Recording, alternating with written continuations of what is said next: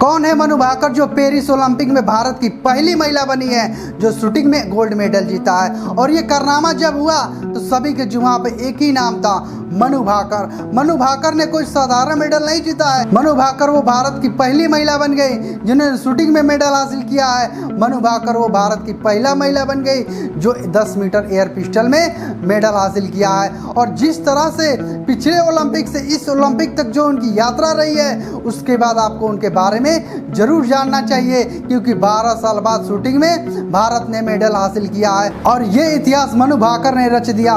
Paris Olympic में हमने function देखे, जश्न देखे, लेकिन सभी की निगाहें इस बात पर थी कि भारत इस ओलंपिक में कितना बेहतर करेगा। और शुरुआत हुई वुमेन्स के 10 मीटर एयर पिस्टल से, जिसमें मनु भाकर ने इतिहास रच दिया, क्योंकि ओलंपिक के इतिहास में कभी भी कोई भी भारतीय महिला मेडल नहीं जीती थी।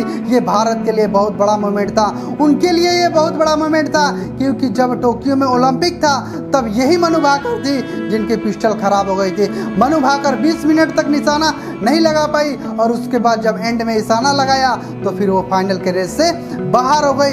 मनु काफ़ी परेशान थी, निराश थी। उनकी मां ने उनके पिस्टल को छीनकर अलग रख दी थी। लगातार वो डिप्रेशन में चली गई थी, लेकिन उसके बाद मनु ने हार नहीं मानी और धीरे धीरे अपने आप को कमबैक की और वापसी की और उन्होंने इतिहास रच दिया।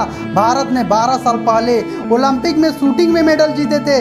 शुरुआती दौर में 2005 से लेकर 2012 तक शूटिंग में इंडिया का मेडल पक्का माना जा रहा था, लेकिन बीते कुछ ओलंपिक में इंडिया शूटिंग में मेडल से दूर होता चला गया और सवाल था कि भारतीय शूटर का निशाना क्यों नहीं सही लग रहा है। लेकिन अब आखिरकार इस खेल में 2012 के बाद ये मेडल भारत को मिला है और शूटिंग में भारत का ये 5वां मेडल है। जो बात हमने आपसे कही कि 2004 से लेकर 2012 के बीच में इंडिया काफ़ी मेडल जीता था, लेकिन अब मनु वो पहली महिला बन गई है जिन्होंने ये मेडल हासिल किया है। मनु ने जब ये मेडल जीता तो कहा कि ये मेडल सिर्फ मेरा नहीं है, 140 करोड़ भारतीयों का है। वो कहती है कि मैंने बहुत गीता पढ़ी है और गीता पढ़ने की वजह से मुझे फोकस करने में मदद मिलती है। आज के मैच में भी मैंने आखिरी तक टारगेट पर फोकस किया। मैं खुश हूँ, भारत इससे ज़्यादा डिजर्व करता है। उम्मीद है कि बाकी के इवेंट में भारत और मेडल जीते। मनु की सोच को लेकर और मेडल को लेकर आप क्या सोचते हैं, कमेंट सेक्शन में जरूर बताएं और हमें फॉलो जरूर कर लीजिए। साथ ही हमारे यूट्यूब चैनल को भी सब्सक्राइब कर लीजिए ताकि जो हमारी वीडियो है वो आपको सबसे पहले मिले।